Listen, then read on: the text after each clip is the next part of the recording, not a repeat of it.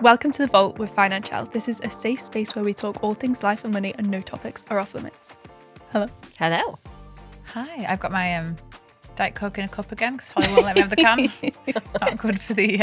So Not it's the really weird. aesthetics. But what is good for the aesthetics are Birkenstocks. Still coming in strong with the Birkenstocks. Are they the shoe of summer still? They have been for the last 3 years. Yeah.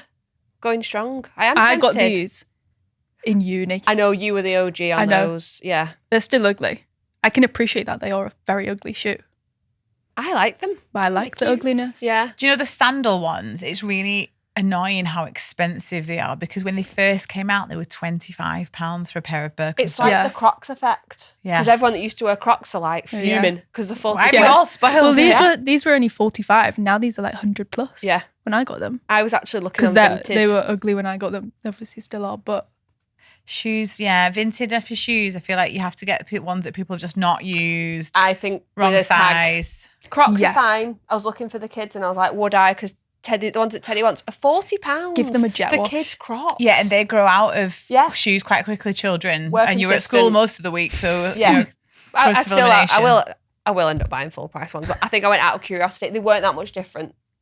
That's all I'd say. They weren't that much different to ones that I'd found, but I was looking at Birkenstocks. I think a suede shoe is quite difficult to buy second hand because you'll always feel like I don't think I could buy Birkenstocks secondhand because they get so Mold to your worn, feet. don't they? And you're like, they kind of mold to your feet. You know, the core. Yeah, yeah. I had some white ones when I was like 20, I remember 21. you were an OG of I Birkenstocks. just lived in them. They were really uncomfortable the first time you wear Yeah. them. Yeah. And they Like molded and they Converse. became soft and beautiful. I can't walk in these. Like, You shuffle. my feet look like this What are they inside when I'm for then? walking. Why have you got them? The aesthetic. They look nice. She's So looking at I'll pop to the shop. I'll like be in the garden. But you can't walk. You're like a snowman. Not a These snowman, are a my moonman. garden shoes. Jesus. Are the white No, it jeans doesn't even garden have. Yeah, jeans. sit like this in my garden. What aesthetic is Coastal Lucy mum. giving? Yeah, coastal mum. Coastal Not even grandma. grandma. I feel like you've Coastal come mum. down. Coastal a- mum. You're looking I'm younger. getting younger. Nice. You Coastal visiting your daughter mum. next episode. Yeah. Yes. You look like you're visiting your mum on the coast. Yeah, Stay tuned for coastal she lives daughter. in Southport. Technically, You're visiting your mum, who is a coastal grandma, and you're the coastal mum. I was going to do a link to what I want to talk about next, and it's not working, so just scrap that and ignore what I'm saying. We got a question for you, Lucy, on YouTube, didn't we? Mm, And we did. we're going to ask you in front of everyone. What was the question?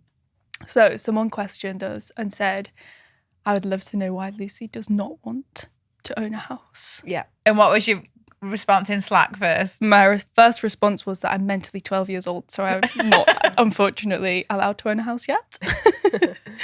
And I don't actually know the full answer to this question, to be honest. It's kind of, I do just feel so young. I've got this mental thing where I'm Good. like, I am a teenager, and I hopefully one day will grow out of that. But I just don't. There was a point in my life where everyone around me was buying houses. Like my brother and his girlfriend were buying a house, and my friends were like all getting on the property ladder and everything. And I was like championing this, want to get on the Yeah. ladder and everything early. And I was just like, I nearly got caught up in that. I think I remember talking to you Yeah. guys about it and being like, I feel so behind. And you were like, just like stash cash away. That's the best option that you can do. Like give your future self options. Yeah. So I took that advice.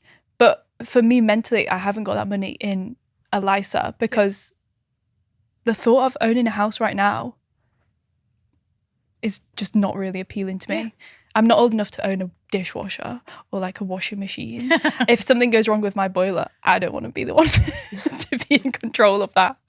And like, what if in a few years I'm like, what if I want to go and live in Greece for a year? Mm-hmm. I know for a fact I get so settled and so comfortable so easily. If I have a house that I love and so I'm so attached to and have poured so much love and like effort into, I will not want to leave that. So I think there's always the future for me to own a house and be sure of where I want to live.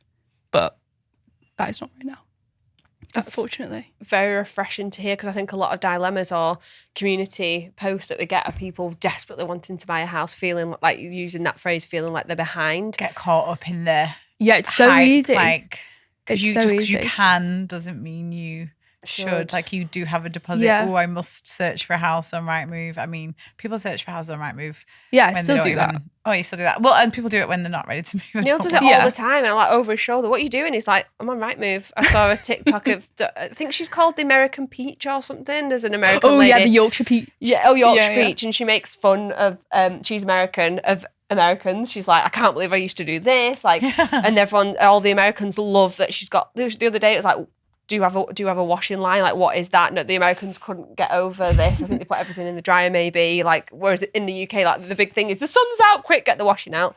But she was talking about her husband on Rightmove. Like she was like, why are you on Rightmove? Are we moving? Like she was panicking, and he was like, no, just browsing. And she was like, what do you mean you're browsing? Like, when are we what? She was getting really upset. And then a lady they went out for a barbecue and was speaking to a friend, and the woman was like, oh yeah, did you see your neighbours on Rightmove? Like I saw their kitchen. And then she was like, why are you on Rightmove? Are you moving? Like, she didn't get it. She's like, the only reason you look in America is because you've got high intention to buy. You don't Oh, browse. no. It's like a magazine. I was here. like, Neil's like literally in bed scrolling. What are you doing? He's Entertainment. like, Yeah. I'm on Rightmove.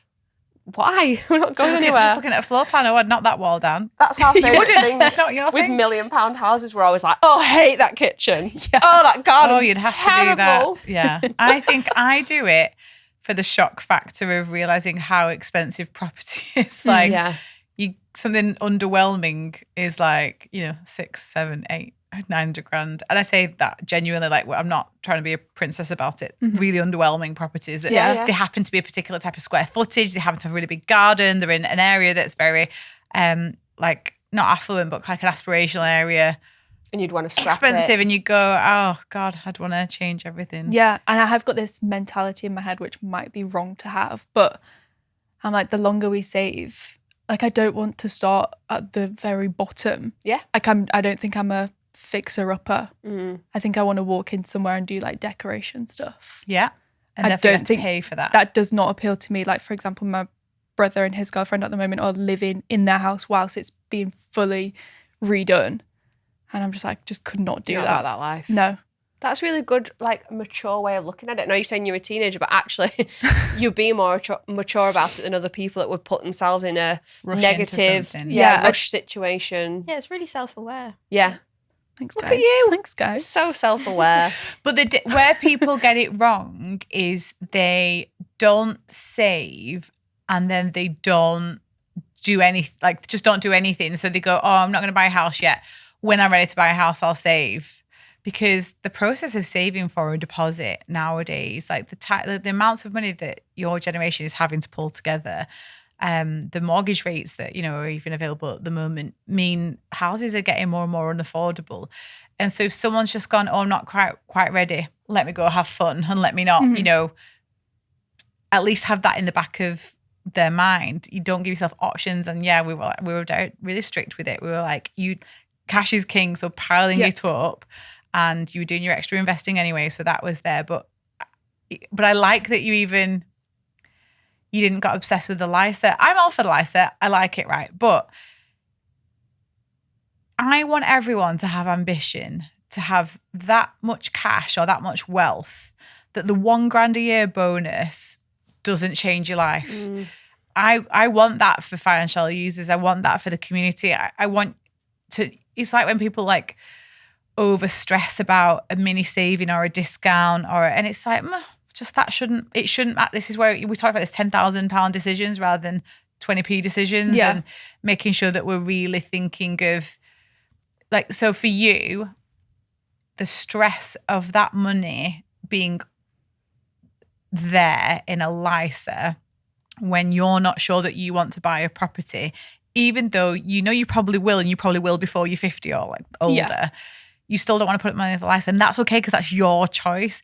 And all you're forfeiting is £1,000 per year, which I know it sounds a lot of money. So I'm trying to say it in this nice way. And I want people to utilise LISAs, and I want people to use this free cash from the government. But in the same respect, people are making decisions over here. You're making that in your investments. Yeah. You're doing it. Someone else isn't investing and not making that grand, and they're not putting money in a high yield savings. They're putting it in the current account and they're not making 4% on the savings. So you didn't like the idea that it was locked in, and this is about how it makes you feel. And so, yeah, having She's not. You're not anti buying a home. No, definitely generally, not. are you? You're anti buying one for you right Right now now. or in the next immediate future. But you've got options. Yeah, I think we always talk about it, and it's like, okay, the only deadline that we would have where it's like, oh, we need to own where we live is children, and we don't want that for a long time. Well, we've helped delay that Yeah. decision Thank you for indefinitely. What an education is all I can say. You'll never guess what happened today. and like I said, the pluses and minuses to lots of people rent for an awful long time. We've talked about it before. The continent it's much more a renter's space there. And listen, we know that once you've got a family, if you're renting, that can be stressful. That your home's your home and it's your sanctuary. And for someone else to make that decision to move you out and move you on must be quite upsetting and stressful. But at the same time, some people buy too early, buy the wrong house, they buy the wrong place, they pay too much, they rush in, and then actually they're strangled by their own house as well. So especially by the time we get to retirement, what we want is people to own their home outright without a mortgage on it, or own a home, even if they then switch it later, have a really good private pension that can sustain them for a nice retirement, and have lived and done nice things. That's like the basic package that we want most people to have.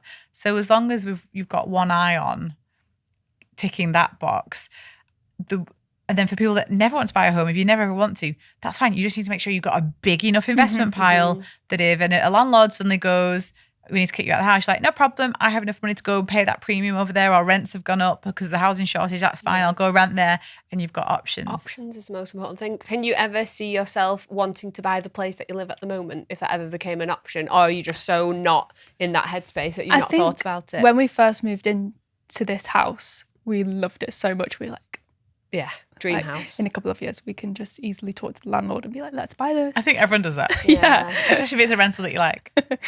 But I think because we're currently living in like a 2-bed house, I think the reason that we would buy is for children, and I don't think it would be big enough for that. So Enjoy it while you're in it. Yeah. Well, I hope we answered the question. Yes. Because I liked that someone asked it. And it might give someone else a new perspective and make them feel like, oh, I don't want to get caught. I didn't want to get caught up in it, but I'm caught up in it because I feel all my friends are. FOMO. Yeah. Yeah. Fear of missing out. Like if the only thing that you're missing out on, apart from that stability, but that's you're not missing out on that. It's just like a consequence of owning your own. You're missing out on the capital growth of the value of the property across time. But if you've got money in the market, you're getting a growth in a different way. Yes, it's diversification. So you've been able to have your assets across property and across the market. But that was my point about if you do nothing, you do miss out. But if you go, okay, instead of buying, I'm going to put money here and watch it grow, the net impact on your net worth tracker in the app is the same. Yeah. And I think the other important thing to look for when renting, when we were looking for this house, it would have been so easy to just like go up a completely new bracket and pay like over the odds for the perfect place that we wanted. But we were like, no, like this money is coming out. I know everyone says it's dead money, and it technically is, but it's keeping a roof over your yeah, head in a we're way. enjoying it. Like we're getting a lot in return, but it could have been so easy for us to just live above our means in that respect. But I'm very happy we've got like the perfect balance. We've got a place that we really like, and we're not paying Over extortionate because we chose not Manchester, basically. So that there's extra money to Yes. be able to put towards things that grow your net worth. Yeah, exactly. Amazing. She's an A-star student. Thank you for sharing. Okay, controversial opinion time. Juicy one. No one needs branded food. You're paying for a logo, not better nutrition. That's controversial for this sofa, but Yeah, it's it more is. controversial for your chair. And this is a Lucy show today. You Where do answer I it start? first. Go on. Where'd you start? I think there's certain things, like in my head, I've got lists, and it's like, okay, what do you want to buy? Give me an item. Butter. Premium. You pick her favourite thing in the whole world. Okay, give me Can we something else. talk about... Hang on. She went to Paris. What did you bring back as a souvenir? Lots of butter. I just don't know how you've transported it back. I would be Smuggled worried it. that it would got warm and just, clarify. Do you know, like it clarifies? It just literally. Shut up, No, like a it was baby in the fine. middle. I put it in a sandwich bag. in the middle of my case. I was worried that it was going to melt. Yeah. I was going to get home and all my clothes were You covered did. in butter. That's what I was She smuggled thinking. butter. No, It's it's like fine. oil. She went to the city of fashion, the city of love. The city of beurre. Various types of bear. Yeah, she I did. reckon in the airport they were probably talking about you on the walkie-talkies. Like, this Yeah. is sus. Like, Yeah. all this butter. Smuggling. No, Butter smuggler. whilst we were there, I was getting some dirty looks from Alex's family because we stayed in an Airbnb, so there was obviously like a nice little kitchen there. I went to the supermarket first thing and just got a normal selection of household butters, what everyone would have. I want to taste the local delicacies. Got some, and we got some like just salted crisps, and I was dipping the salted crisps in the butter. Dear God. Everyone was like, Lucy. "Oh my God!" No one else was going to eat them. Can you not eat with like a nice crusty French Yeah, I did baguette? that as well. What All happened to hummus? You dipped it in the butter. Yeah, I have So never good. ever known butter that. is a dip. My husband will have any dip going, but It's I'm called confident. Dr. Dip. Dr. Dip. I'm family confident calls he's it never that. had. Well, I mean, there's Oh my God. It's so good. Okay. So premium is Yeah. best. Well, yeah. So that's a good example. So like Kerrygold is what's talked about a lot in UK. I know it's Yes. Irish. yeah, but and I buy that for my you pay kids. more. And then the other day they were like, "Can you stop buying that Kerrygold and get Flora, please? Because this is awful." I was like, "Sorry, you want the synthetic butter instead of the grass-fed Irish premium butter?" When I was little, I ate exclusively, and I would not have any other butter. But I was like, "Do you have any?" I can't believe it's not butter. Oh, like Utterly margarine. butterly.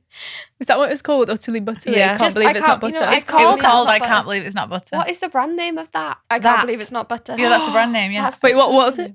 I can't believe it's not No, butter. but- That's the name of That it. is the name of the Is it butter. margarine? Oh, it's margarine. It's margarine, yeah. Is that oil? I don't know. It's I better don't for know. cooking though. For baking, sorry. I think What I did just like Nana the mean when she used to packaging. say best butter? Premium butter, I think. Like Anchor. So she'd So say, not oh, even I the had, best one. Oh, I had toast with best, Best butter. And I was like, Not Marge. I Oh. think that's what she meant. okay, we'll get a clarification from my mum on that because I don't remember. I Okay. So I buy, just like my kids like are very humbling, and I buy penguins for their I like live vicariously through them. I'm like, what 90s chocolate biscuits can we get for your packed lunches this week? And the other day I introduced them to Rockies and they were like, these are really good. I was like, they wow. are really good. We do Orange Club, we do Penguins, we do Rockies. And I ran out of them and I was passing a Lidl and got some other stuff and I got seals. So they weren't penguins, they were called seals. And by God, did my children let me know that these were terrible. And Teddy called them, what are these rip-off penguins?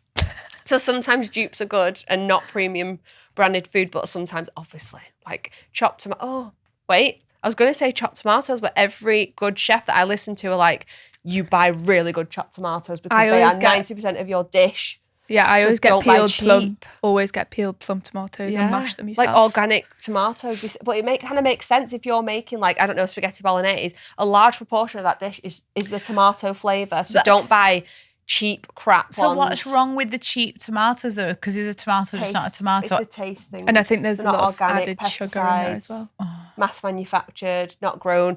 Like if you watch the Stanley Tucci in Italy program, they talk about a lot of tomato brands try and claim that they're grown in this specific area of Italy, or they'll put a picture of the place in Italy or the map or whatever, and they're like, this is the only place that these tomatoes are grown, because everyone's trying to pass them off as the like the creme Is it de the la San creme Marzano- of San tomatoes. Marzano? Yeah, Yeah. yeah. And everyone tries to do similar names so people think that it is.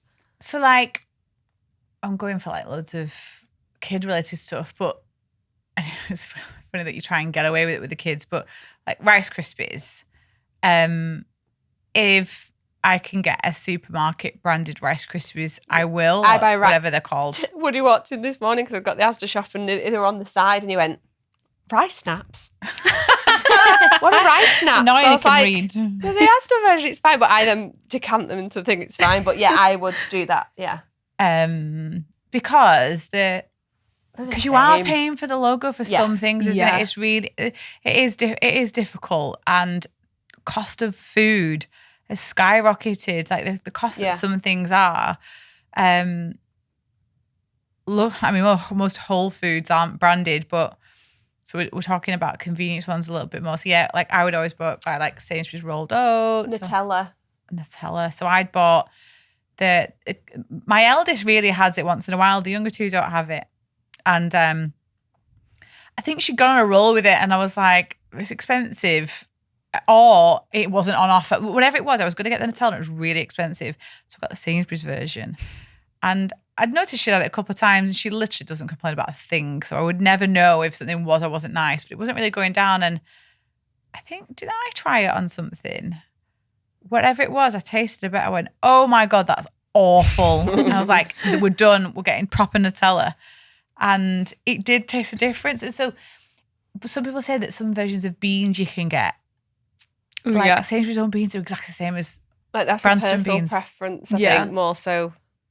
You're like, because like when you're on a money journey, and I guess one of the reasons why I would be a big advocate of brand, like supermarket branded or own brand, is that you are paying for, sometimes you're paying for quality, and that's what we've talked about. And so if you're on a budget and you're struggling, the cheaper tomatoes will do. You don't really care about where they've come from. Don't overpay unnecessarily, especially if you're going to put loads of other things in it as well, and it's going to be like a really big spaghetti bolognese or something that's going to go for all of you, and you're on a budget.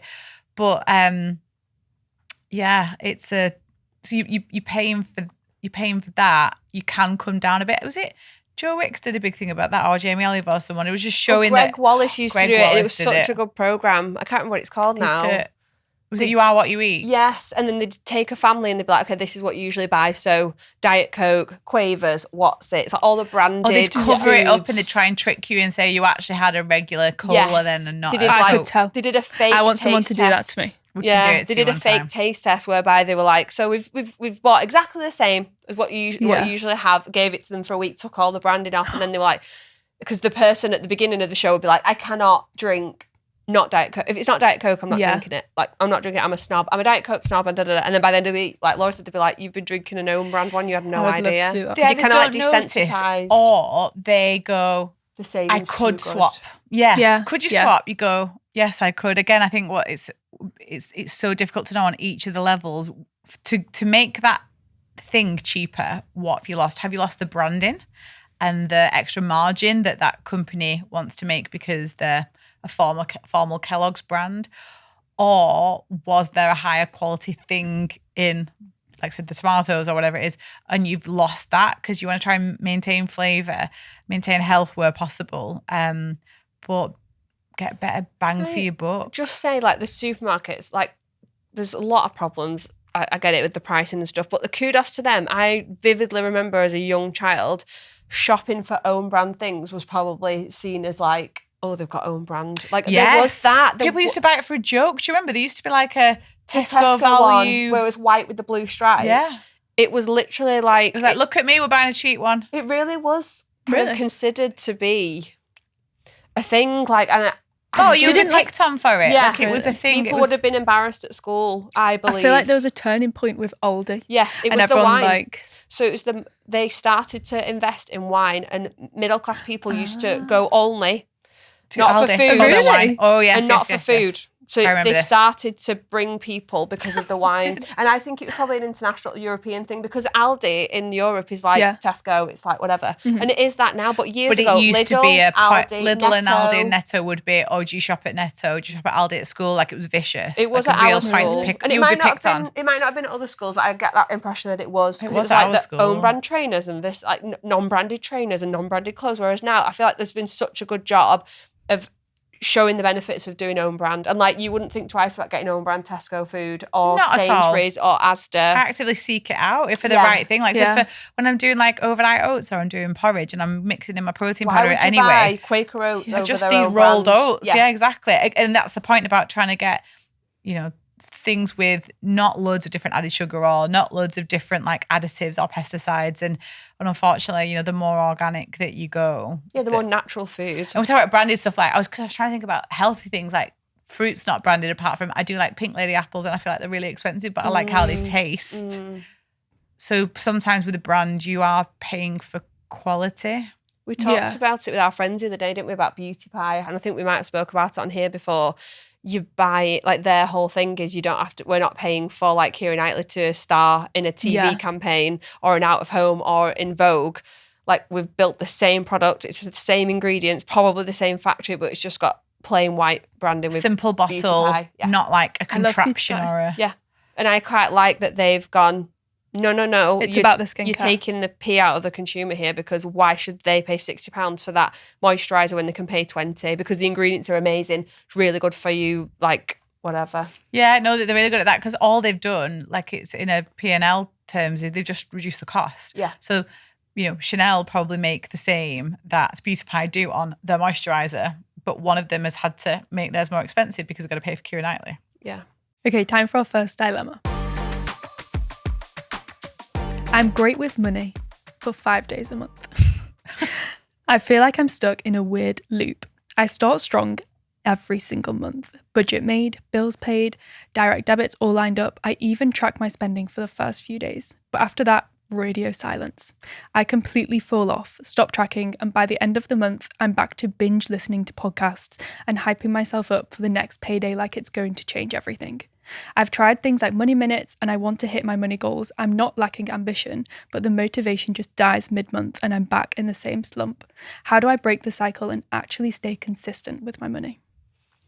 First of all, I would say you're not doing the work at the beginning of the month like I think you are.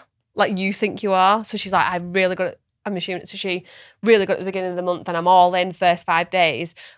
Well, we've talked about in a previous podcast, like, the work that I put on that first day or even those 20 minutes means that I stick to the plan for the rest of the month. So I already think that you're maybe not utilising sinking funds properly, or you're not using a bank like we use a digital bank like a Starling or a Monzo where you've got pots. I feel like it's so hard to go off track when you've got pots and you've decided within each one what you're going to spend it on. Like, I don't go into my bank account and hope for the best. Like, if I'm going out for a meal, it comes out of my eating out fund. And when I look at the eating out fund, I know that I've probably got 2 more going out meals in it maybe. Like, you start to get a sense.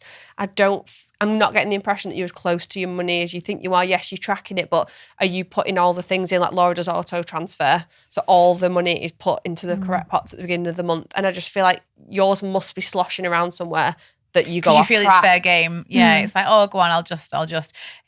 When it's you're giving it a job to do when you put it in a pot. Whereas if it's just, oh, that's in the account, even if you've got a budget. It's too easy to go off course, I think. Like, we're all human. Yeah, like, this is not a unique thing to you. If my money was all just sat in my current account, I think I would go off course as well. I'd be like, oh, I've got loads left in the account. We've got three weeks to go. You'd have no idea. There's no self-restraint because you don't have to stay within. Whereas I look in my diary, which is a really good tip, and if you don't do it, you should, to see what's coming up that month. Not one budget is the same for us as a family because there are different things. Like, one month I might have a niece's birthday, my dad's birthday, a holiday, a weekend away, whatever it might be, or extra camps because it's half term. Like, I accommodate for that. I don't just rinse and repeat because not every month's the same. So I just feel like this person might feel like they're in control at the beginning of the month, but I feel like there's a little bit probably more work to do to allocate these funds into these places. Do they give an idea, of where they're up to? Like, on the playbook kind of thing, or if they've got debt, or if they've got, or she's just talking about struggling budgeting. Because you need to be connected with the end goal as well. So if you've come to Financial, usually it's because either, like, you're a money geek, you're all over it, you just want to be around like-minded geeks. But most people, it's because they want to make a change. They've got a goal they want to hit. They've got something they want to buy. They want to invest. They want independence. They don't. Actually, a leading cause of it or a reason to come is that you've just got debt that you're fed up of. And when you're that fed up, and when you're fed up of feeling this way, and when you've got like a goal, it helps to tie the whole thing together. So firstly, you need to know what you're working towards. And like, we've got Survive, Build and Grow in the playbook to get you to grow. So we want you to work towards a place where you've got really good emergency savings, you've got no consumer debt, you've got a home if you want it, and you're actively investing. And if you're doing that, I can't explain how you're going to feel. So if that's in the future and you've got some hurdles to get to before you get there, you're at the very beginning of your journey, your budget is the key to everything. And there's a couple of so that's one reason that people fall off track and lose motivation, is they're not really connected to the long game. They see short-term sacrifice. And when you've built up spending habits of F it, whatever, fine, let's do it. Let's splurge. Let's get a takeaway. let's go on a shopping spree. Let's go on to ASOS. When that's a habit, it's really hard to undo the habit. We've talked about no spend challenges are really, really good for setting yourself like a temporary framework to be like, this is like a short-term willpower thing to break that cycle and to help the brain learn that there is another way, that you know is an option. Like you don't have to say yes or have to give in. You can say no. So looking at habits. But the other thing is sometimes people go too tough. People set if she's going all in, she's like, I've got a really good budget. If that budget provides for no fun, no enjoyment, no feeling of a treat, then it's really easy to just go, sack it. I'm not doing it. I'll do it next time. So I don't know which one of those things it is for her. You probably have to have a really good think about what in those moments when your impulsivity comes in and you decide to jack it in, what's happened? Are you tired, bored, upset, emotional? Are you busy? Are you stressed? Like I knew with eating for me, I knew that if work was stressful and I was working from home, I would go to the fridge. Mm-hmm. I would literally be like, I'd stare at it. And sometimes I'd shocked really healthily and I was like stressed that there was nothing in. Like my little vice is Diet Coke. And at the moment, that's the thing that if I recognize the trigger and I go, actually, you're not hungry, you are stressed. I imagine for someone else that could be a spending thing. Yeah. I'm stressed on spending. You know, what is the thing, and try and find that, because you've got to come up with ways to, like, it's like minuscule things in it. Find like don't treat the symptom. Actually cure it, find out what's causing the symptom to happen. So what's causing you to go off budget. Mm-hmm. We do have a lot of people that don't have a clear goal, because a lot of time they'll say, I just can't stick to it. So we'll be like, well, what are you doing it for in the first place? Like, what was the driver? What was the thing? Okay, like, why do you want to make a change? And then they start to think about what life's like. There must have been a reason why you decided that you needed to take back control of your money. Is it that it doesn't make you feel good? Is it that you hope to have plans for the future to buy a home but you can't associate that with your monthly budget? But I think by sticking to a budget and seeing that excess, they might not be doing something with that excess as well. So it kind of just feels like, oh, I'm just going through the motions of creating a budget. It's really boring. Whereas I get the buzz from creating an excess in that budget and then putting that excess towards something. So I just feel like you've maybe a few missing pieces of the puzzle, either not doing the budget ready in the first place, not having a goal to stick to, or not creating that excess and putting it towards your goal. A few things to look at. I feel like it, if you know that you're going to have to make changes to you, sometimes the self-sabotage comes in a bit, because it's really hard. It is hard. This is not an easy journey. So if you have issues with impulsivity, if you are keeping up a certain lifestyle, if you've built up habits, this is like science. This is really hard to break. This isn't that you can just one day go, I'm going to change. It's lots of small little things, and it's trip ups, and it's going backwards before you go forwards, and it's life hitting you. We tend to find the most successful people do a combination of one, like they have hit a bit of a rock bottom and they're like, I cannot do this again. Two, they have a goal, but they have a shorter term goal as well. So like they're not just thinking about this big, oh, I'd love to own a house one day, but I've got this debt and I've got this here and I've not got a good income, and break it down into these smaller goals. And ultimately not having too tight a budget so that there's not really an excuse to blow it, because you've got permission to spend. Hopefully one of those things will help. I think we spoke about it recently as well, but maybe whilst you're in the midst of figuring all that out, move to a weekly or bi-weekly budget. Yes. Just so you can, if you do blow it, you've only got a week to go till your next. Yeah. You're not like, oh, wait 3 weeks to do a restart, refresh.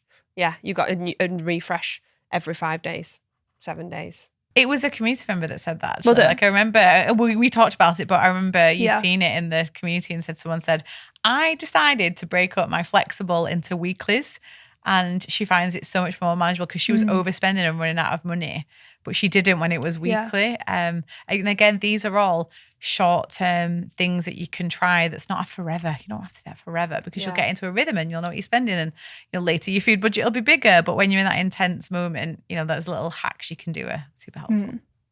Okay, I've got a really good community win. This is from a post in the community. Today I'm turning 30. Here's what I've already achieved. I paid for my birthday party using a sinking fund, no credit, paid off my first debt, and closed my first credit card. I'd say I'm already off to a great start for my 30th year. Thank you, Financial, for the greatest mindset shift I could have received. Yeah, I remember seeing this in the Happy community. birthday! There was a picture with a cake and she's Yeah. like blowing out the Oh candles. my God, was Yeah, there? she looks I need to amazing. go find it. Yeah. That's good. like birthday present to myself. Yeah. I mean, imagine entering your 30th year, like fully grown. Like 30 is like a big deal, I think. It used to be like 21, and maybe it's because I'm nowhere near 21 that I'm like, who cares Yeah, and I'm about close being, to 40, so I'm like 40's the new, and who cares about friends are being 50. 21? Yeah. But I feel like 30 is like a big, especially around now, people like thinking about buying a home or having children, whatever it might be. And that might be an old school, maybe people obviously a lot older, but like you coming into that decade where it's a bit more popular to do those things. Whereas like my mum's age, it was in the 20s, it's kind of moving on. But yeah, to going in feeling so financially well, like she feels like she's achieved something, like finally getting to grips with the money. I think I love it. no matter what your age is, if you're on this program and you're improving yourself and you're improving your financial well-being, pick a 30, like pick an age, like by the next birthday, That's cool. what do you want to achieve? And have the moment like she's had with the cake and the picture and the well done me. You know, it's not like we see so often that, people want to, what do I think I'd be at 30, or what do I think I would achieve, and would I have had a degree, or would I have been married, or would I have owned a home by now? And there's so much comparison stuff that's quite depressing. I think the nicer stuff is this. Yeah. I am entering this birthday year where I've done this, and this, and it's like those milestones. Yeah, rather than I've closed a credit rather card, than having a I've paid off child debt. or a house. Do it on because that's your terms and your wins. For someone else, it might be, I like filled an ISA, or I started a new pension, or I finally don't check my bank account on payday. I'm like happy. It could be a mini milestone for you, but a money milestone for your next birthday. Make it your 30th and like say, well done me. So exciting. If you'd like to tell us your win, head to the community in the app or email it to thevault@financial.com. Okay, time for our next dilemma. I'm doing everything right, so why am I still struggling? Hi girls, I feel like I have too many big money goals, but I'm still very much in survival mode. Right now, I've got £800 of debt left, £150 in my emergency fund, and around £3,400 in a LISA for a house deposit, and I'm trying to build up my sinking funds too. I know theoretically the order should be emergency fund first, then sinking funds, by which point the debt will be paid off through minimum payments, and then the house. But it's hard when real life is happening at the same time. My partner and I live rent-free with his parents until March 2026. We do still pay £200 each, but after that, we need to be out. So house deposit is our biggest focus. I've just started a new job and it's a dream. I work part-time, bringing in around £1,500 a month. I've squeezed the hell out of my budget. I've managed to have about £300 excess a month, which I currently put into my ISA. But I'm struggling. Public transport is costing me a fortune and doesn't even get me into work on time, so I really want a little car. It would cost me about the same per month as a train, but I'm refusing to finance one, so I need to save £3,000. And on top of that, my friend is getting married in America next year, and I really don't want to miss it. Also, my partner's car keeps breaking, and since we're currently sharing it, he uses it in the week and I use it on the weekend. We split repair costs. I live in the south of the UK and moving away isn't an option due to patchwork family. Basically, I feel like I'm doing everything right, but it's just so much. What should I focus on first? I'm exhausted. I'm listening tired to for that. it. I was just about to say I'm tired for So it. if we're tired from listening and confused about all the goals, how are you going to achieve all those? I feel like we had a dilemma a few weeks ago whereby it was like the math isn't mathing and the income's not reflecting of all the things that you want to achieve. We had that about the location, about I think it was someone in Sussex, Yeah. and the realisation that they might not be able to afford to buy there, or they need shared ownership. So maths is a big player in this, but also like being things in sequence, like a sequential method to this, where we always say this: you can have everything, but you can't have anything, but you can't have everything at the same time. And this is why we tell you to focus on one thing at a time. And they are doing the right things. They're building up savings. They've got these different ambitions, but it is chaos. And I would find that really hard. And I would want to slow things down and do one thing at a time. So like the wedding thing is, I would also want to go to a wedding in America. I would want to. Mhm. But that's fine. Can it go into the sinking fund bit of your budget and you save up as you go for it? And that'll squeeze all the other areas of the budget. It'll stretch them. Sorry, not squeeze them. It'll like stretch everything else. But that's a way that you can make that happen and go, yeah, and go in there. It's going to cost £2,000. I'm saving up for it. If that can't fit in your budget, you can't afford it. Or you delay one of the other things you've said. Same with car. Like if you would like, I love that you're not going to go finance. And I would really, really, especially when I buy a home, I'd really encourage you to avoid it, because the number of people that try and get out of it later and are really stuck because they're used to a particular type of car and that they've had that lifestyle and they're used to that payment, but it will push home ownership further away. I promise you. It is a big red flag for affordability because it's a big chunk. It's not usually cheap. So in terms of your budget, it is tough. Try and stay out of that. So then, okay, you need to save 3. How long is it going to take you to save 3? And then you've got house deposit. So all this is about, these things can happen in a certain sequence and you have to decide how quickly you want each of these things to happen. Does she say she's going to be moving out? She has to move out by March 26th. March 2026. So, but if that's the deadline, then she might have to rent. I was about to say, because I can't foresee. You're not entitled to, saving. I know you've not said you're entitled to it, but you don't get to just then buy. With a £300 excess, as good as it is on a £1,500 income, like you've done really well to do that, that's not going to get you a house deposit. I don't know how much your partner's put in towards his share of the house deposit. You're already on about 3,400, was it, or something? £300 a month, like do the math, that's not going to get you a house deposit. No, so you are going to, you are either going to have to rent, and you're paying for a train, and and you said it's the same amount of money as it would be to a car. You can't do those two things at once. So you might have to forgo the car for a long time and continue with the train. I was thinking that. I was like, this is where, like you said, you have to do it.